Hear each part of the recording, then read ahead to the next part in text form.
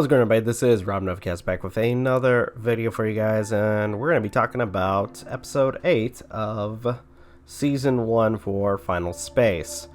And oh boy, so the question I guess now for the episode or the series is, what do our characters do now? And to an extent, Nightfall, the character or the future Quinn, has a suggestion. They go see a Titan by the name of Bolo.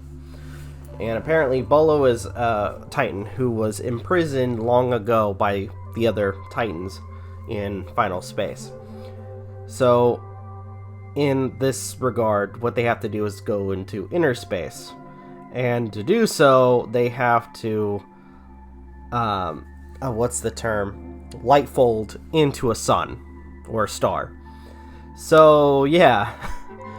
The first, I will say, part of the first section of this episode is kind of epic because you see them, like literally flying into a star in order to lightfold, warp,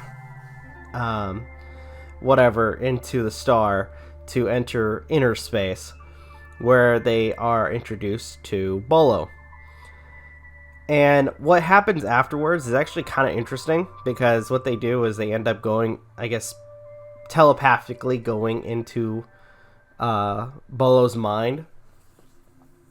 Either it was telepathic or they were teleported inside like some kind of like other dimension. I don't know, but either way, it looked really cool. Like visually, it looks impressive. One of the funniest things about this episode was probably the flame head guy with the stick, which I thought was hilarious. Who's kind of an ass. We get backstory for Mooncake, who is apparently a piece of Final Space. So that's interesting. And through Bolo, they find out the method of closing the breach created from Final Space, which is basically they have to use a antimatter bomb. And how do they find out about this? Well, lucky for Gary, since he's the one that was chosen to do so, he gets to have one final interaction with his dad. Although probably not the best one, but to an extent, he gets to see his dad one last time. Bolo sends him back in time, where he is with his father. Time is frozen. We get to find out the true identity of the Lord Commander, or where he was at before. He became the Lord Commander. And we get to see, I'm assuming we get to see the fate of his father, who, while time is slowed or time is stopped, he has to activate the bomb manually instead of using a remote.